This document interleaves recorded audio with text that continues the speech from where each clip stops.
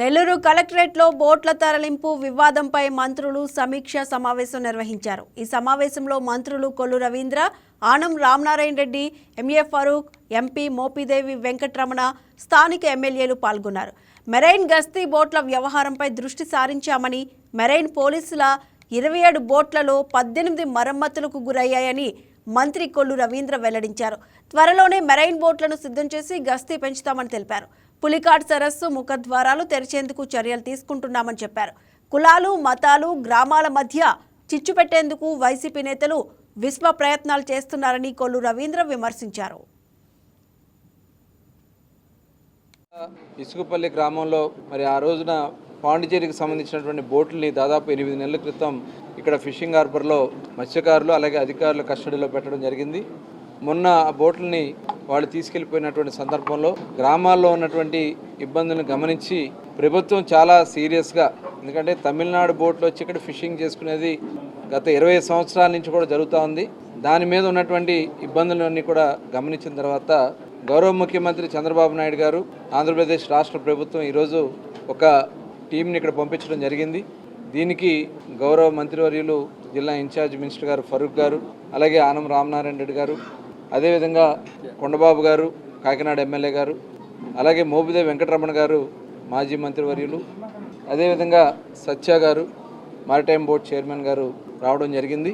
డీటెయిల్డ్గా మొత్తం ఇన్ఫర్మేషన్ అంతా కూడా శాసనసభ్యులందరూ కూడా వచ్చారు. పెద్దలు చంద్రమోహన్ రెడ్డి గారు కానీ, ప్రశాంత్ రెడ్డి గారు, అలాగే బేదా రవిచంద్ర గారు, సునీల్ గారు, కృష్ణారెడ్డి గారు, అలాగే సత్యశ్రీ గారు, విజయశ్రీ గారు, అలాగే చక్రవర్తి గారు, కళ్యాణ్ చక్రవర్తి గారు, జోనల్ కోఆర్డినేటర్ రామ్ గోపాల్ గారు అందరూ కూడా రావడం జరిగింది. అలాగే జిల్లా కలెక్టర్ గారు, అలాగే ఫిషరీస్ కమిషనర్ నాయక్ గారు, అలాగే ఎస్పీ గారు, డిఐజీ గారు, పెద్దలందరూ కూడా డీటెయిల్గా డిస్కస్ చేశాం. ఇవాళ ఏదైతే తమిళనాడు నుంచి బోట్లు వచ్చి స్థానికంగా ఉన్నటువంటి మత్స్యకారులకి ఇబ్బంది కలిగించే పరిస్థితులు అది చాలా కాలం నుంచి ఉంది. దాని మీద అనేక సార్లు ప్రభుత్వం కూడా తమిళనాడు ప్రభుత్వంతో కూడా డిస్కస్ చేయడం జరిగింది. అయితే ఇక్కడ ఏదైతే కోస్టల్లో ఉన్నటువంటి పోలీసుకు సంబంధించి కొన్ని బోట్స్ ఉండేవి, ఆ బోట్స్ అన్ని కొన్ని కారణాల వల్ల అవన్నీ కూడా మరి రిపేర్లో ఉండడం వల్ల దాదాపు 27 స్టేషన్స్లో 18 బోట్లు ఈ కోస్టల్ మెరైన్కి సంబంధించినటువంటి బోట్లు ఉండేవి. ఆ బోట్లన్నీ కూడా రిపేర్ రావడం, దానివల్ల అవన్నీ కూడా ఆగిపోవడం, మన దీన్ని మానిటర్ చేయడానికి సరైనటువంటి టాస్క్ ఫోర్స్ లేదు. మరి గతంలో వచ్చినటువంటి సందర్భంలో ఒక టాస్క్ ఫోర్స్ టీం ఏర్పాటు చేయాలి. అటు ఫిషరీస్ డిపార్ట్మెంట్ నుంచి, పోలీస్ డిపార్ట్మెంట్ నుంచి, రెవెన్యూ నుంచి, ఫారెస్ట్ నుంచి, ఫైర్ డిపార్ట్మెంట్ నుంచి ఒక ట్రయల్గా బోట్ కూడా తయారు చేసి పంపించడం కూడా జరిగింది.